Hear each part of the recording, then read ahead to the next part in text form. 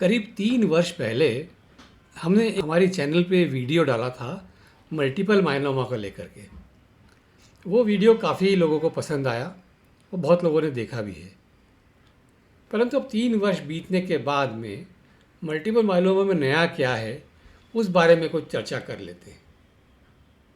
देखिए, multiple myeloma अब ये क्लियर हो गया है कि एक बीमारी नहीं है।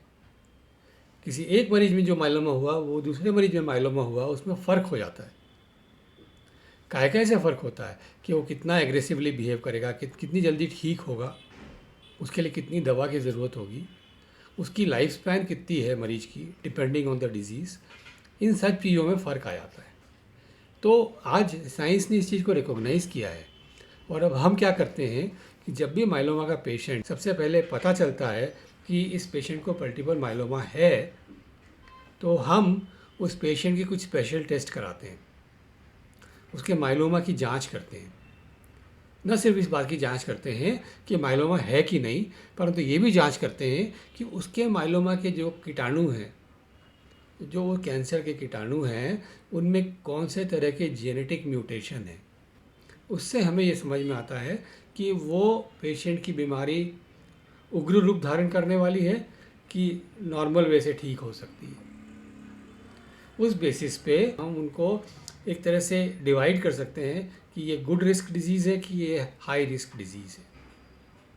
यदि वो गुड रिस्क डिजीज़ है तो उसे सिंपल जो हमारे ट्रीटमेंट्स होते हैं, छोटा सा एक इंजेक्शन, कुछ गोलियां, और पेशेंट बहुत जल्दी ठीक हो जाता है। अगर हाई रिस्क डिजीज़ है तो उसके लिए हमें कुछ स्पेशल ट्रीटमेंट्स देने पड़ते हैं और शायद बोन मैरो ट्रांसप्लांट भी करना पड़ता है।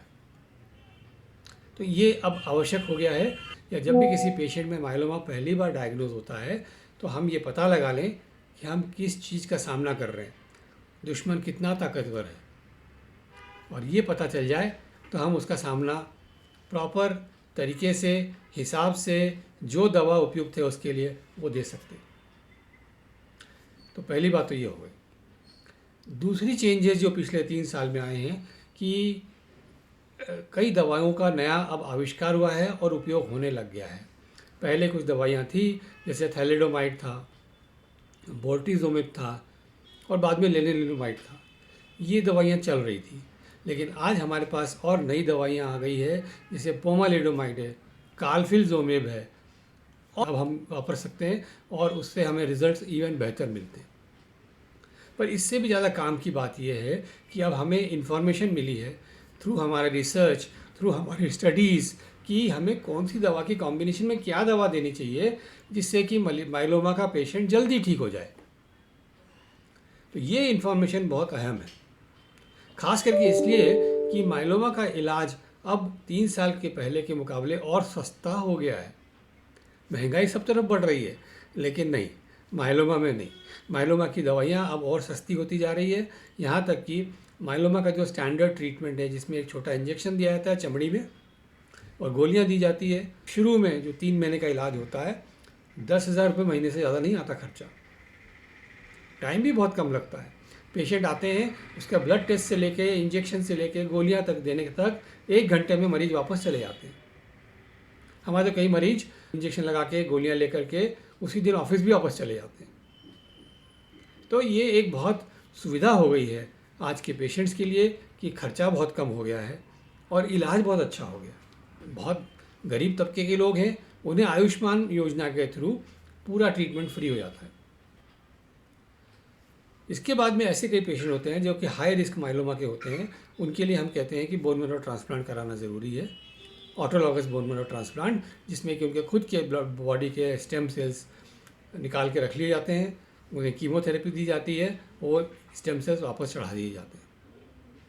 दूसरा एक नया ट्रीटमेंट है जो कि कार टी सेल्स का है। ये कार टी सेल्स का ट्रीटमेंट अभी नया नया आया है, अभी इंडिया में इंट्रोड्यूस नहीं हुआ है, पर प्रोसेस चल रही है। ये देखा गया है कि गए से गए बहुत बुरी हालत में जहाँ पे पेशेंट पहुँच जाते हैं, कई बार की बीमारी इतनी बढ़ जाती है कि कोई भी दवा काम नहीं करती, उसमें वो कार टी सेल्स उन्हें एक नया जीवन दान देते हैं।